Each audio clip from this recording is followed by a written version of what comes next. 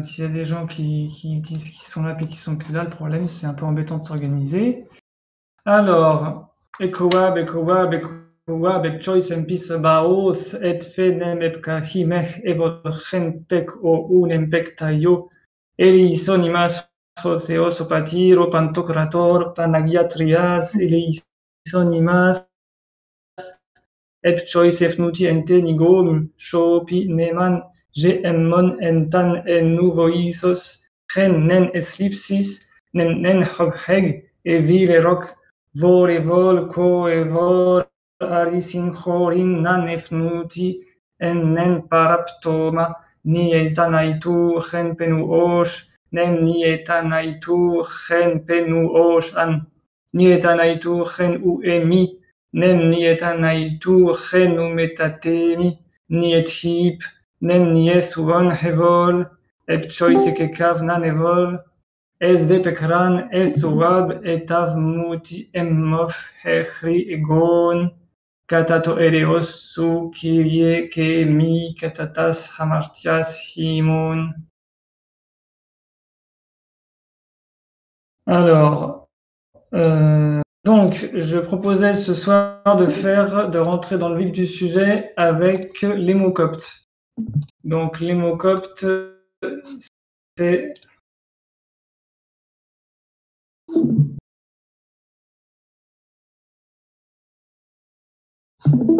plus complexe.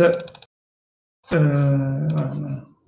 Donc là, je reprends un peu dans Malon. On est plus sur le copte niveau lycée, parce que je le trouve moins pratique. Et on va faire avec la grammaire donc, de Monsieur Malon. Et on va apprendre quelque chose qu'il explique vous voyez en 3 pages, qui est quelque chose d'extrêmement particulier au copte. Donc là, on est vraiment dans la grammaire copte, dans ce cas-là de plus particulier. C'est les 3 formes. Les mots, et notamment les verbes, c'est principalement les verbes, mais Malon explique que même tous les mots, en théorie, tous les mots, enfin, les substantifs, donc les noms et les verbes, ont 3 formes. Et ces 3 formes, c'est première forme, vous voyez ici, je vais les entourer, comme ça on les voit encore mieux. Première forme, état absolu ou pleine, forme pleine. État absolu, forme pleine, qui est la forme habituelle, la forme de base. Ensuite, l'état construit, abrégé. En général, c'est plus court. État construit, abrégé. Et l'état pronominal avec suffixe. Alors, c'est pronominal, attention, dans un sens qui n'est pas dans le sens de la grammaire en français. C'est un sens de pronominal, ça veut dire auquel on peut ajouter un pronom. Donc, on va voir après. Mais ce n'est pas pronominal comme un verbe pronominal en français, par exemple, se laver. Laver quelque chose, se laver. Là, c'est n'importe quel pronom. C'est n'importe quel pronom qui peut être ajouté au verbe. Donc, on va commencer avec l'état absolu. Donc, l'état absolu, c'est quand il est séparé dans la prononciation des mots qui le suivent. Et alors, là, on dit qu'on parle de l'accent tonique, mais ça veut dire que au début du mot, en général, on accentue la première syllabe. Romi, sol, sel, vol. Vous voyez? Donc, Romi, c'est l'homme, homme, Romi. Sol, sel, vol. Sol, sel, ça veut dire consoler. Et vol, ça veut dire dissoudre, délier. D'ailleurs, vol et vol, co et vol, voilà. Vol et vol, ça veut dire délie, libère, délie. Donc, mais ces formes-là, c'est pour vous expliquer que ces formes-là, donc Romi qui est un nom, et sol, sel et vol, alors sol, sel, c'est un verbe, et vol, c'est un verbe. Mais Romi, c'est un nom, l'homme. D'accord? Donc ça, c'est la forme pleine, c'est-à-dire c'est la forme de base que vous cherchez dans le dictionnaire, c'est la première forme que vous cherchez dans le dictionnaire. Ou dans un glossaire, alors à la fin de la grammaire de Malon, que vous pouvez trouver sur archive.org, je crois que je l'avais mis le lien. À la fin, vous avez un glossaire avec un petit dictionnaire, hein, à la fin du PDF. Donc état absolu, forme pleine. D'accord? Ensuite, l'état construit.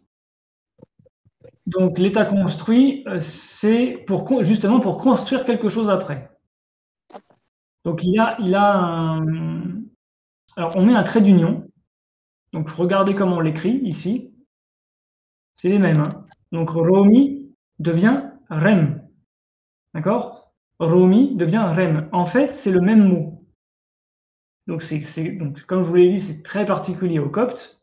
Là, on rentre un peu dans la complexité, mais souvenez-vous au moins des 3 formes. Peut-être que vous ne vous souviendrez pas de chaque mot, mais il faut les apprendre au fur et à mesure. Donc, Romi s'abrège, il est abrégé pour sa forme construite en Rem. Alors, pourquoi mot construit? Eh ben, c'est comme on dit en français, les mots construits, les mots composés. D'accord? Donc, un mot qu'on compose avec plusieurs mots. Par exemple, maintenant, si vous voulez, maintenant, c'est la main plus tenant. Maintenant, bon, on peut dire que c'est un mot composé. Ou cependant, ce plus pendant, cependant. D'accord? On construit, on compose un mot. Cependant, maintenant, regarde, il y a plein de mots comme ça qu'on construit avec plusieurs mots. Et ben, en copte, c'est pareil, et c'est encore un peu plus courant qu'en français. Et pour ça, on utilise la forme construite. D'accord? Qui est une forme un peu abrégée pour la plupart des mots.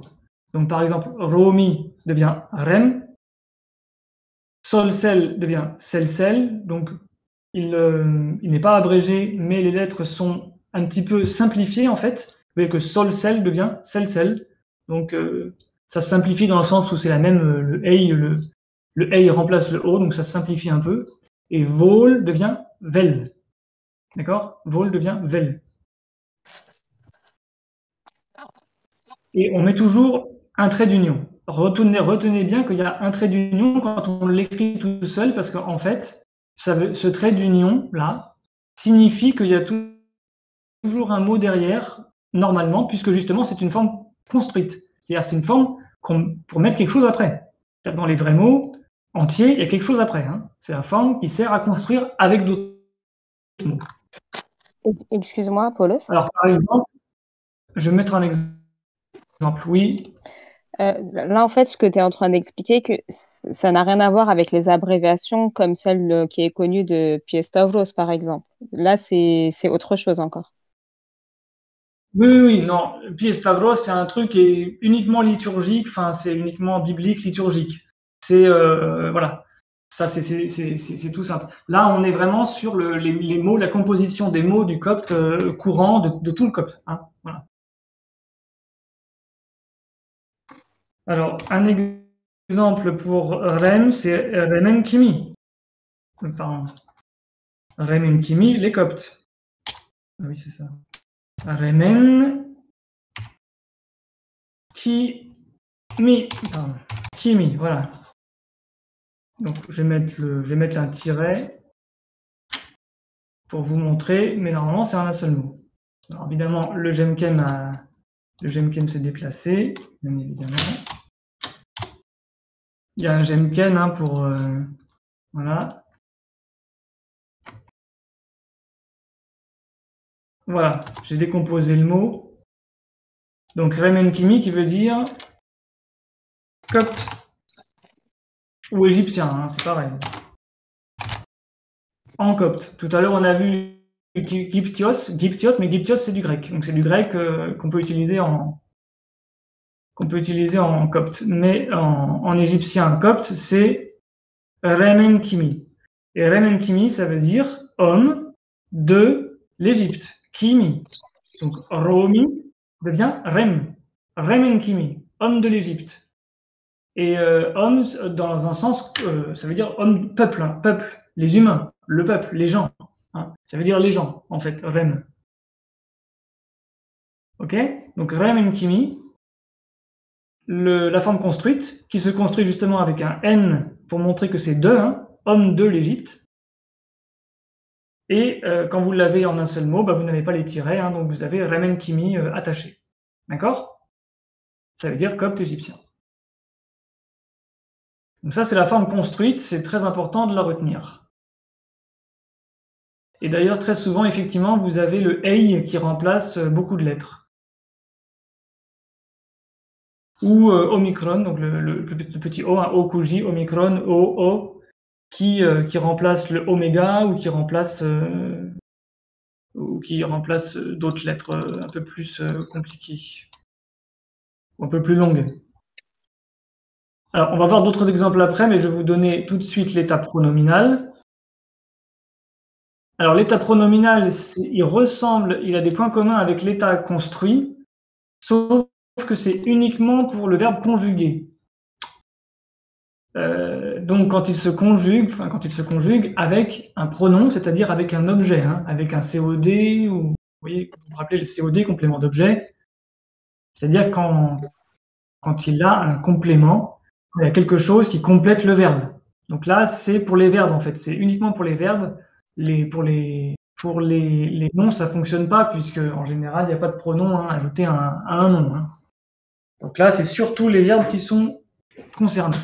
Donc l'état pronominal, il se construit comme l'état construit, sauf que c'est pas pour former un nouveau mot, c'est pour conjuguer tout simplement le verbe. D'accord? Donc, on appelle les pronoms aussi les suffixes. Hein. Ça devient des suffixes en copte, en fait, puisqu'ils s'attachent au mot, contrairement au français. Et on la marque avec les deux traits transversaux que vous voyez ici. Retenez bien, parce que dans les dictionnaires, vous trouverez ça. Donc, cell sol, vol, vol. D'accord? Donc, cell sol, consolé, vol, délié.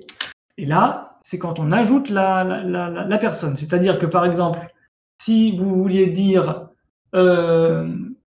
délilait, hein, délilait, à l'impératif, délilait, donc le verbe vol, que vous trouvez ici, devient vol. Et si c'est délilait, plusieurs choses, délilait, eh bien ça sera volou. Hein, donc omicron epsilon, ou c'est le suffixe, le pronom, qui désigne plusieurs choses, donc la troisième personne du pluriel. Donc ça sera volou. D'accord? Je vais le marquer. Je vais le marquer juste à côté. Volou. Ça sera marqué comme ça. Et volou, ça veut dire délilé. D'accord? Si c'était délie quelque chose, ça sera Wolf. Comme ça. D'accord? Etc. etc. Donc après, les marques de personnes, hein, les pronoms, il faudra aussi les apprendre, bien sûr. Il faudra aussi les apprendre. Donc, voilà, les suffixes personnels, donc tous les pronoms personnels. Hein. Alors ça, je ne vais pas le voir pour l'instant. Je ne retiens pas tout ce que dit Malon, hein, puisque c'est moins important. Voilà, là, c'est pas la peine de garder le reste, puisque c'est moins, voilà, c'est moins important. Voilà, et donc pour nous entraîner, je vais prendre plutôt la grammaire de... je voulais juste regarder ce que disait ici. Oui, ça marche aussi pour ça marche aussi pour les prépositions. Alors ici, il vous donne deux exemples de propositions, ça vous pouvez le retenir. Les propositions ont une forme absolue et une forme pronominale, par contre. C'est une forme pronominale. Donc, egen, sur. Il y a higen aussi, comme dans le Notre Père. Hein. Vous vous rappelez de Notre Père? Higen pikahi, sur terre. Hein. Higen pikahi, ça veut dire sur. Hein. Eh bien, egen, ça veut dire aussi sur. Il y a higen et egen. Egen, donc, est la forme construite. mais aussi la forme, il met le tiret, mais aussi, en fait, c'est aussi la forme absolue. Et si vous voulez la forme avec un pronom, ça veut dire, par exemple, sur moi, sur toi, sur lui, sur elle, sur nous, sur vous, sur eux, ça sera ego. Donc, par exemple, sur moi, ça sera egoi. On rajoute un i. D'accord? Donc, forme pronominale. Hein, forme pronominale avec suffixe pour les pronoms. Sur moi, ça sera egoi. Je vais vous le marquer à côté. Egoi à la place de egen, anok. Bah, anok, c'est moi, hein, c'est moi. Mais on ne dit pas egen anok, on dit egoi. Donc, egoi, comme ça. D'accord? Sur moi. Ok? Egen sur. Donc, egen, par exemple, igen pikahi, hein, sur la terre, ou higen pikahi. Et sur moi, ça sera egoi ou higoi. Hein, c'est pareil, hein, higen, higoi. Pareil pour hiten, qu'on retrouve hein, dans les intercessions, hein, hiten, nieplesvia, etc. Et ben en fait, ça devient hitot. Hiten, nieplesvia, et si vous voulez dire par elle, par ces intercessions, par elle au pluriel, et ben ça devient hitotu. Hitotu. Par elle, par ces intercessions, hitotu, par elle. D'accord? Hiten, nieplesvia, par les intercessions, par elle, hitotu. D'accord? Forme pronominale avec le pronom donc ou, qui est la troisième personne du pluriel. Voilà. Donc, maintenant, pour appliquer ça, je vais vous montrer un autre tableau qui va vous permettre de visualiser un peu plus ce que ça donne, mais en fait, chez Malon, c'est pas très pratique. Je vais donc prendre. Alors voilà les abréviations dont Lydia parlait, hein. Mais ça, c'est autre chose. C'est des choses qui sont un peu plus connues. Voilà, les autres abréviations. Oui, Excuse-moi, j'ai une une question. question? Oui, par exemple, le mot hiten, c'est le mot, c'est le premier état absolu, c'est ça? Voilà. Et Hiten, c'est hitot, absolu. Alors, voilà. et gen, pareil, c'est l'état absolu. Oui. D'accord, ok, merci. L'état absolu, c'est celui que vous pouvez trouver tout seul. C'est-à-dire que le mot est tout seul, comme hygiène dans le Notre Père. Il est tout seul. Il n'y a pas de, voilà, il y a pas de, il y a pas de suffixe. Il n'y a pas de, ni de mot composé après. Voilà, il n'est pas composé avec un autre mot. Le mot est tout seul. Donc c'est la forme absolue qui peut être autonome toute seule. Donc hiten, hygiène, egen. Voilà. Alors maintenant, pour nous entraîner un petit peu, je vais prendre Samei Yunan.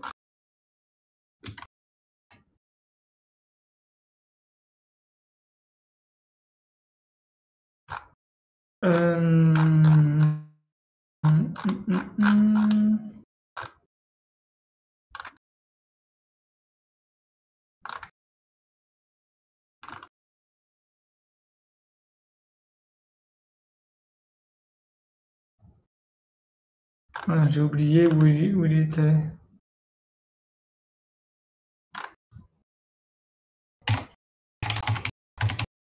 Voilà. De toute façon, il y aura des exemples un peu partout, non? Dans sa grammaire, là. Non, mais je voulais le tableau, voilà, je voulais Ah le oui, tableau, il y a des tableaux avec. ouais.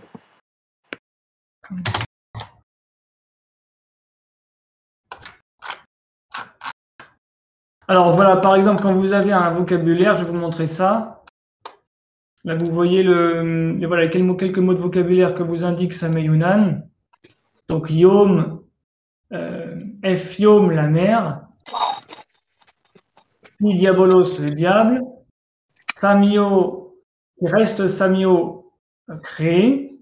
Hein, samio, là, c'est un verbe qui reste pareil. Ça, c'est la forme qui est donc, je vais entendre en chœur. Ça, c'est quelle forme? C'est la forme Pronominal. pronominale, voilà. Avec les deux traits comme ça, transversaux. Unof, la joie. C'est pi unof en copte. Hein. Pi paradisos, le paradis. Ko, ka, donc forme pronominale, forme pronominale. Donc là, il ne met pas les formes construites, hein. Il devrait y avoir aussi la forme construite, mais il ne met que la forme pronominale. Oli, ol, hein. Oli, ol, vous voyez que la forme, même la forme pronominale est assez abrégée, hein, assez abrégée. Hobbs, Hobbs. Donc vous voyez que voilà le oméga qui devient omicron, qui devient O, hein, donc ça devient plus ou moins abrégé dans la forme soit construite, mais aussi dans la forme pronominale. Ça, en général, c'est une forme un peu plus abrégée où le oméga disparaît pour laisser la place soit un A, soit un omicron, comme ici ou comme ici. Et parfois la forme pronominale prend une consonne pour aider justement à l'ajout d'un pronom. Et chi, ça veut dire prendre ou toucher ou recevoir. Eh bien, si vous vouliez ajouter, par exemple, une personne, donc prendre moi ou prendre lui, donc là, par exemple, lui, c'est toujours en général la lettre faille, donc F, la lettre faille, et ben vous auriez eu chief. Et parfois, donc pour la première personne, prendre moi, ça serait avec le iota, donc ça serait chi. Donc ça marcherait pas bien. Donc pour les Coptes, ils ont ajouté le tav, comme ça on entend mieux la personne, comprenez? Donc ça sera cheat. Donc prends-le, cheat. Enfin c'est pas prends-le parce que en fait l'impératif c'est pas cheat. Mais voilà, cheat. Par exemple, teachif, voilà, je le prends, teachif, d'accord? Puisque ti c'est moi, hein, c'est moi devant le verbe. Donc je vais vous le marquer comme ça.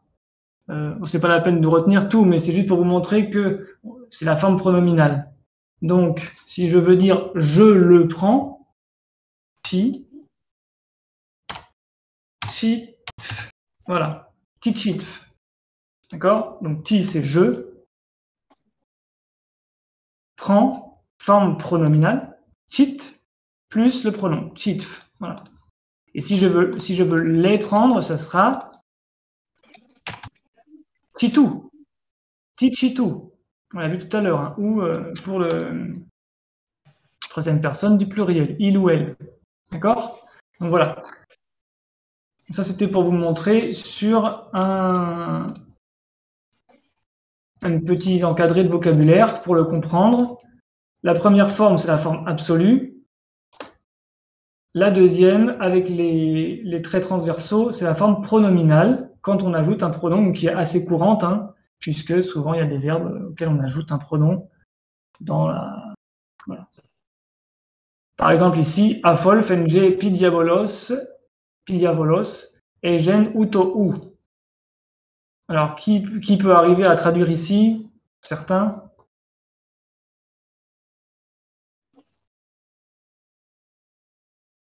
Donc, pidiabolos. Baladi. Le diable. Le diable. Diabolos. Alors, moi, je le prononce comme si c'était un nom propre, hein. Mais on prononçait diabolos. Afolf. Donc, Afolf, c'est un temps du passé, mais vous retrouvez Olf comme ici. D'accord? Et donc, effectivement, parfois, ça peut être compliqué parce que le verbe devient tout petit parce qu'il est abrégé. D'accord? Donc, il faut le reconnaître. Afolf. D'accord? En fait, dans ce mot-là, vous avez A que vous apprendrez plus tard, bien sûr, qui est la marque du passé. Donc, c'est un temps au passé. Vous avez le F qui est le sujet. Vous avez ol qui est le verbe. Et vous avez F qui est le complément d'objet direct. Donc, il l'a pris. Il l'a pris. Le diable l'a pris. Et qui est F? C'est Jésus. Hein, le diable l'a pris. Egen uto ou sur une montagne. Vous retrouvez le egen sur. Voilà. Egen sur. Voilà. Ah tiens, on retrouve le chitou là. Af chitou. Il les prit eux. Donc on retrouve le chit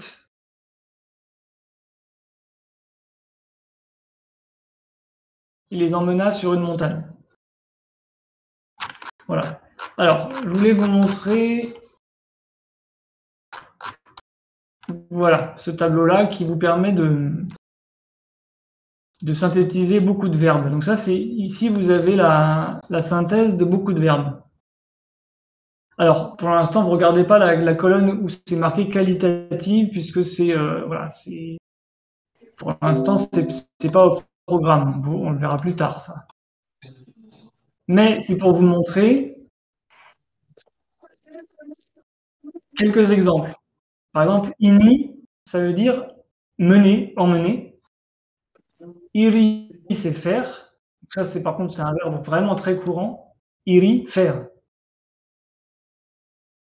Eh bien, iri, vous voyez, va complètement changer de forme en forme construite, qui est très très courante, puisque vous imaginez bien que comme en français ou comme en anglais ou comme dans plein d'autres langues, le verbe faire, on le retrouve partout, y compris dans des formes construites. Donc faire quelque chose, voilà, vous imaginez bien que c'est faire construire, voilà, en français, vous voyez bien qu'on utilise le verbe faire dans plein de situations. Et ben en copte, c'est pareil. Et on utilise donc, à chaque fois que c'est construit avec un autre mot, er. Iri devient er. D'accord? Et à la forme pronominale, ça devient ai.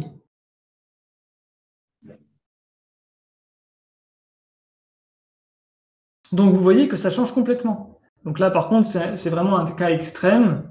Il y a plusieurs cas comme ça, enfin il y en a quelques-uns, mais là c'est un cas assez extrême. Mais si vous voulez reconnaître le verbe faire en copte, vous allez devoir apprendre ces trois formes-là, bon, y compris la forme qualitative aussi, qui est oi, qui est encore différente. Mais bon, ça on le verra après. Mais vous voyez que donc à chaque fois qu'il y a un pronom, ça devient ai, ce n'est plus iri. Donc si vous voulez utiliser le verbe faire avec un pronom, vous ne pouvez pas utiliser le verbe iri, enfin la forme absolue iri, vous allez devoir utiliser la forme ai. Donc par exemple, fais-moi, ça sera ait. Donc là, habituellement, c'est le iota qui est la marque de la première personne du singulier, mais quand c'est terminé par une voyelle, c'est tav. C'est iota ou tav. Donc ça aussi, mais ça, on l'apprendra après, mais c'est pour vous donner un exemple. Donc fais-moi, ça sera ait. Ait. D'accord? Fais-moi, ça sera aik, etc. Aïf, fais-le, etc. On va aussi voir juste bon, vous pouvez regarder les autres vite fait, mais c'est pas la peine de les apprendre maintenant.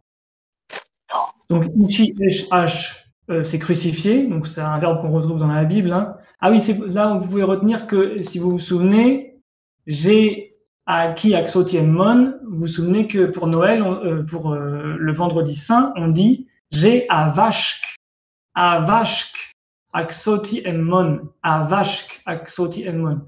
Je suppose que vous vous rappelez. Et bien, avashk, ça vient de là.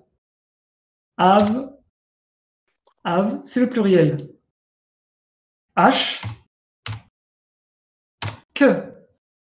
Ils t'ont crucifié. Donc, A, marque du passé. Le epsilon, marque du pluriel.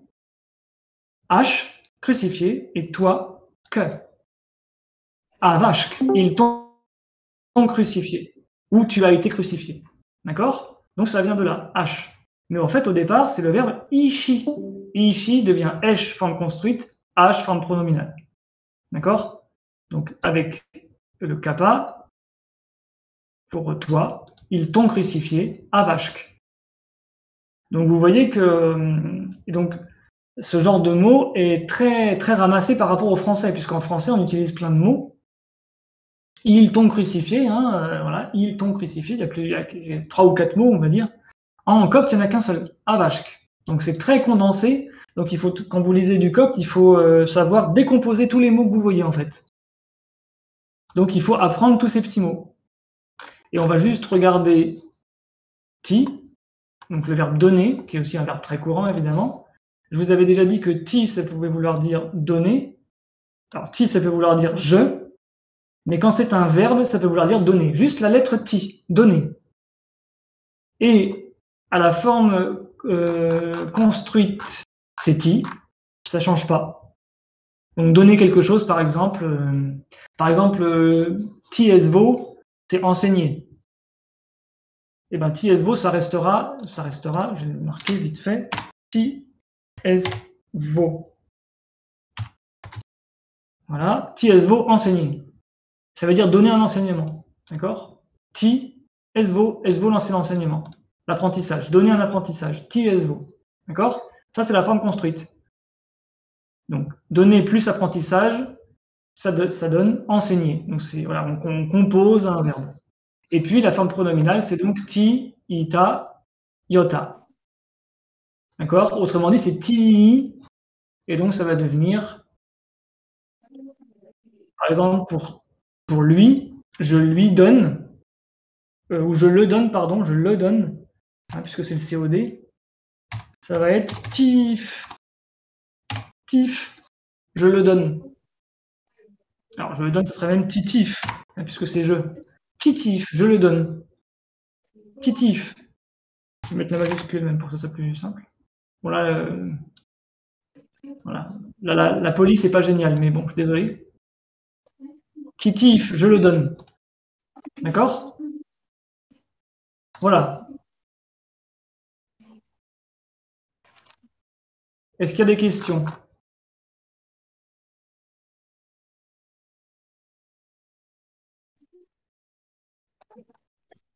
Est-ce que ça te dérangerait, juste pour être sûr, de faire un résumé rapide des différences des trois états, s'il te plaît? Oui, mais de toute façon, on va les voir. Là, c'est simplement pour que vous reteniez qu'il y a trois formes.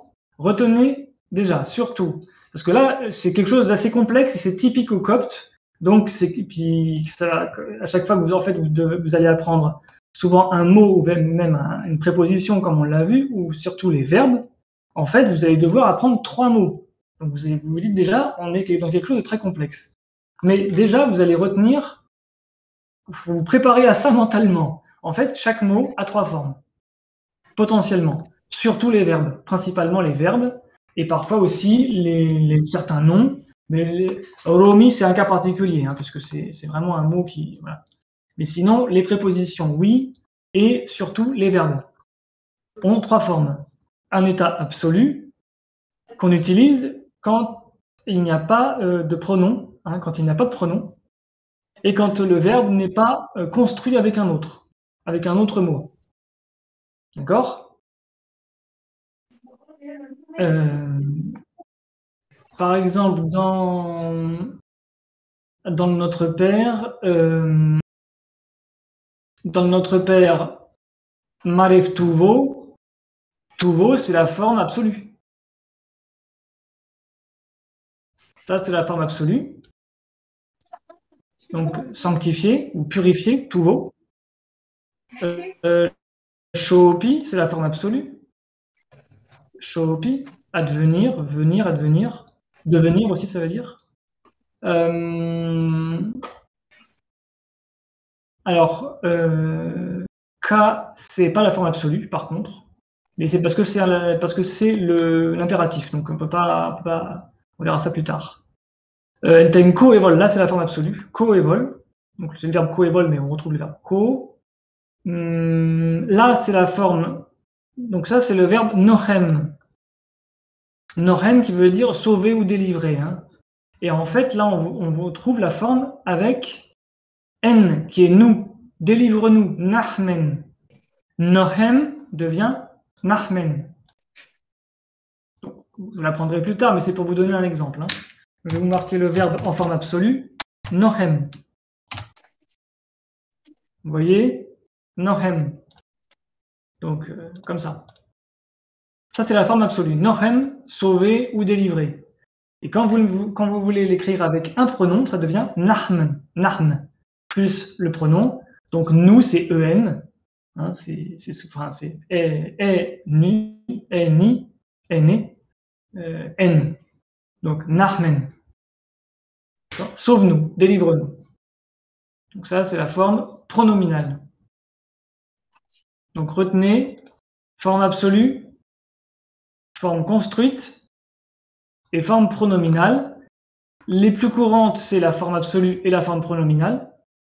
Après, vous avez la forme construite qui est moins courante, mais qu'il faut apprendre aussi pour plus tard. Enfin, si vous voulez vraiment apprendre le copte le plus complètement possible, vous devrez apprendre la forme construite. Mais retenez au moins la différence entre l'état absolu et la forme absolue et la forme pronominale, puisque la forme pronominale elle est absolument nécessaire, puisque vous voyez bien qu'à chaque fois que vous mettez un pronom à un verbe, il faut connaître la forme pronominale, sinon c'est impossible. Et puis vous n'allez pas le reconnaître aussi. Donc vous voyez bien qu'il y a des formes pronominales qu'il faudra apprendre.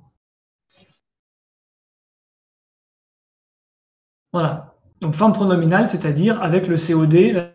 La plupart du temps, c'est le COD. Hein, et ça ressemble au français. Hein. Par exemple, donne-le, comme je vous ai dit tout à l'heure. Hein. Donne-le, c'est... enfin, je le donne, tif. Voilà, tif. Donc vous voyez bien que c'est très courant. Très important.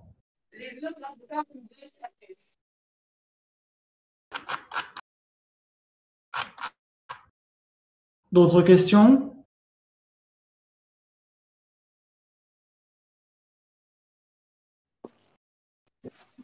Est-ce que vous voulez faire un petit exercice simplement de reconnaissance, peut-être?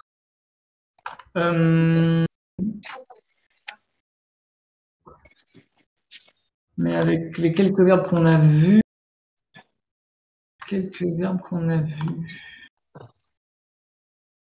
pas facile, hein?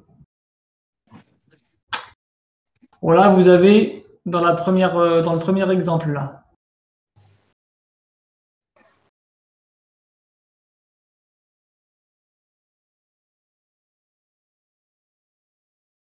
Absolu, du coup, là. Alors, déjà, lis-le comme ça. Afti, Ota, ils Voilà. t'ont donné un fruit, si je me trompe pas. Non. Enfin, c'est presque ça, mais décompose, ralentis la décomposition, ralentis ton analyse. Déjà, qu'est-ce que ça peut être? Qu'est-ce que ça pourrait être? Ils ont donné un fruit. Hein? Ils ont donné un fruit dans le sens, ils se sont, enfin, ça voudrait dire peut-être une expression du genre, ils sont fructifiés, un truc dans le genre, non? Oui. Donner Ça peut un vouloir fruit, dire, fructifié, ouais. ils ont donné un fruit. Donc le ti là, donc alors pour les autres qui ne sont pas habitués, donc je vous répète, hein, a forme du passé. Bon, déjà on a reconnu que c'est un verbe. Au départ, évidemment, vous ne savez pas que c'est un verbe si vous n'apprenez pas il faut apprendre évidemment le vocabulaire, les verbes. Hein. Quand vous voyez ti à la fin d'un mot, alors, petit truc hein, que vous pouvez retenir. Quand vous voyez ti au début d'un mot, en général c'est je. Hein. C'est je ou c'est là. Parce que ça c'est une des. Alors oui, c'est vrai que c'est un peu compliqué. Je vous le dis juste hein, parce que bon, il faut quand même ti. Donc ti ça peut être là, mais ça on l'a déjà vu la semaine dernière, je crois. Hein. Donc article défini féminin. D'accord? Ça peut vouloir dire je si c'est devant un verbe. Et si c'est à la fin d'un verbe, c'est le verbe donner. D'accord? Donc là, on voit que c'est à la fin du mot, donc c'est plutôt le verbe donner. D'accord?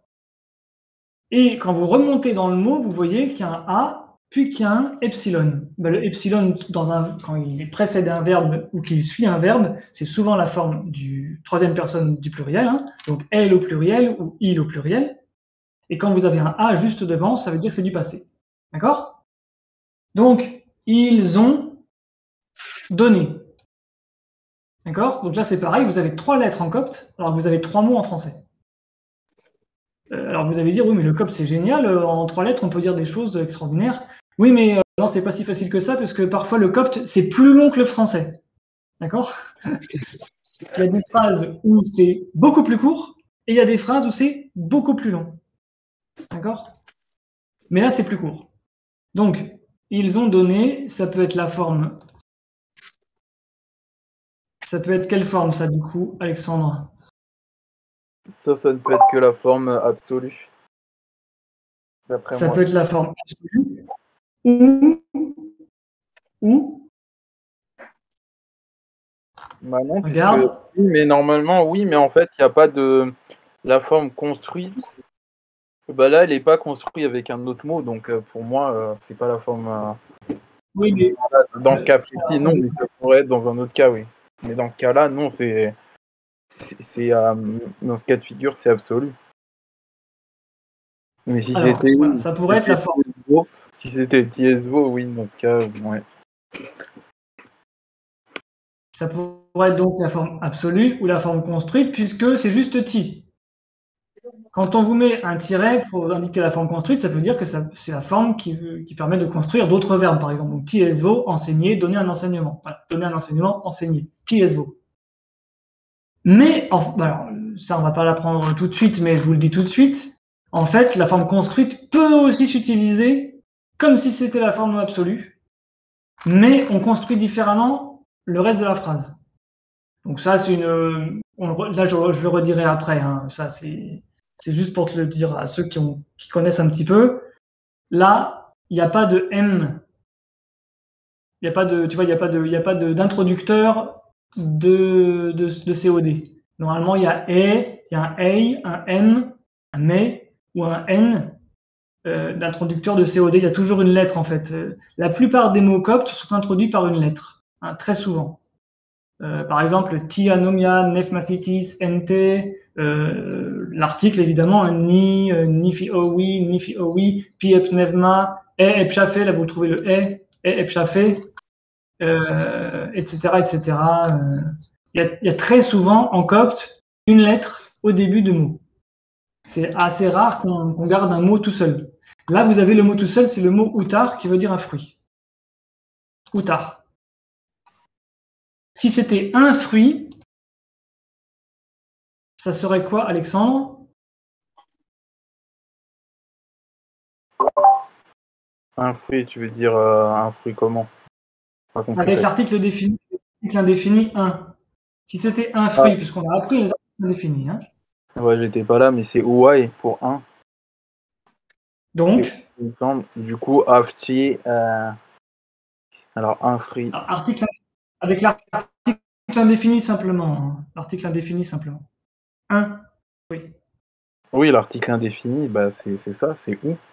Je vois pas la question. Donc, ça serait écrit quoi? Bah afti ou Et Outa, peut-être? c'est comme c'est écrit, je vois pas ta question en fait. Non, ça serait marqué ou tard. Ou tard.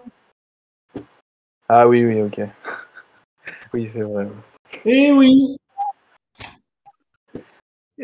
Dans le copte, on peut accumuler les voyelles, ça n'a pas de problème. En français, on évite, mais en copte, Mais on peut. là en l'occurrence, là ils ont Ça pas serait mis. ou tard. Ouais, mais là ils l'ont pas mis en l'occurrence. Et alors, je continue. Si on voulait dire, par exemple, ils ont donné un fruit. Alors, je sais, là, par contre, je ne sais pas parce que je ne sais pas tout, parce que je lis et que je parle peu le copte. Je crois que c'est avec un N, donc ça serait N ou Uta. Ça serait N ou Uta. Ils ont donné un fruit. Je crois que ça serait ça. Attends, je réfléchis. Ah, je ne sais plus, j'ai un doute. Mais en tout cas, il y aurait une lettre d'introducteur de COD. Je ne sais plus si c'est M ou N. Bref, il y aurait une lettre. Donc ça serait M ou Outar. Or là, on n'a que Outar. Et ben dans ces cas-là, ça veut dire que c'est la forme construite. C'est ça que je voulais dire. La forme construite peut s'utiliser directement avec le mot après. Mais ça, c'est une des subtilités de la forme construite. Voilà. Donc ça, voilà, c'est très spécial au copte. C'était juste pour vous dire ça. Donc, les verbes ont trois formes, une forme absolue, une forme construite et une forme pronominale. Retenez surtout la forme pronominale qui est vraiment très importante déjà pour les premiers moments. Il faudra apprendre toutes les marques évidemment de personnes, hein, tous les pronoms qu'on peut mettre à la fin d'un verbe, à chaque fois que vous avez le verbe avec les... Donc, quand vous avez un vocabulaire ou un dictionnaire, vous avez les 2 barres transversales, et ça veut dire qu'à la place de ces 2 barres, vous ajoutez la marque, une ou deux lettres.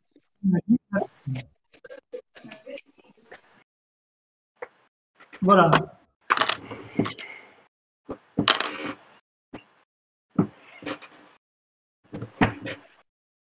Des questions? Moi, j'ai une question, s'il te plaît. En fait, sur le livre de Malon, j'ai vu qu'il y avait je crois que c'était des gemchem. Ben, justement, en fait, je sais pas c'est quoi. C'est des gemchem, mais à l'envers.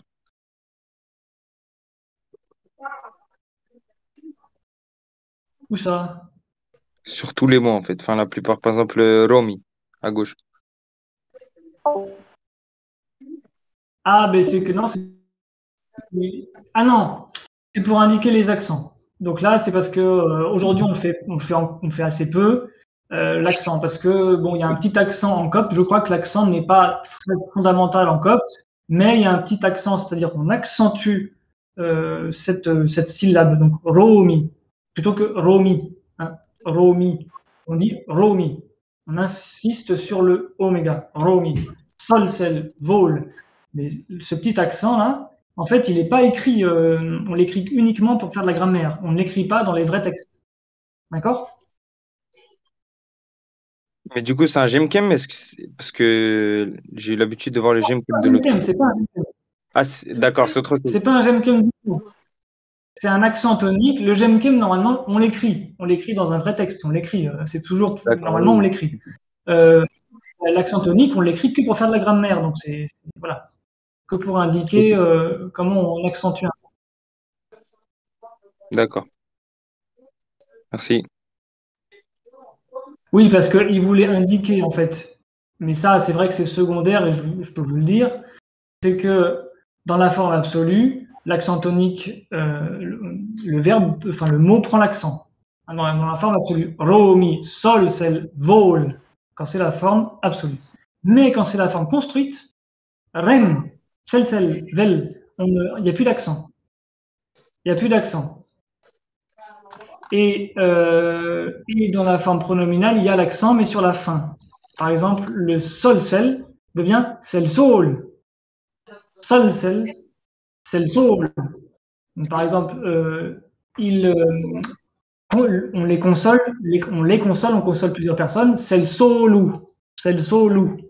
Tandis que si vous dites je console mon fils, Pachiri, sol, sel, m Pachiri. Voilà. Sol, sel, m Pachiri, je le console, c'est le solf, c'est le solf. Ok? C'est un peu ça l'idée. Hein.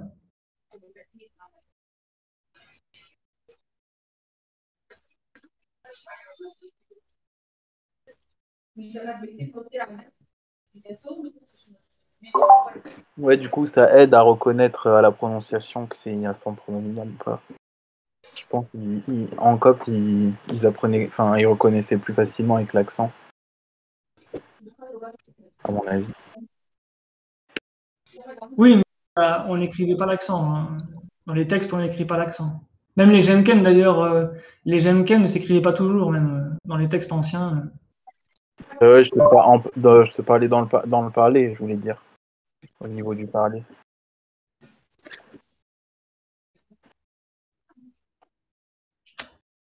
D'autres questions?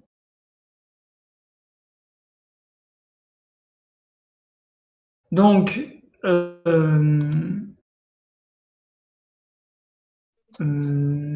qu'est-ce que je peux vous donner pour réviser?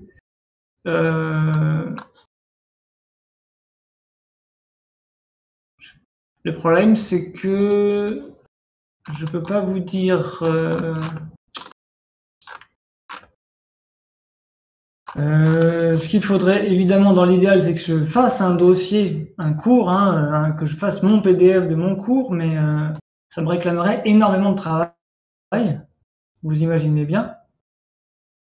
Donc, si vous voulez réviser, déjà vous pouvez regarder la vidéo si elle est enregistrée. Hein. J'essaierai peut-être quand même de faire copier-coller, enfin de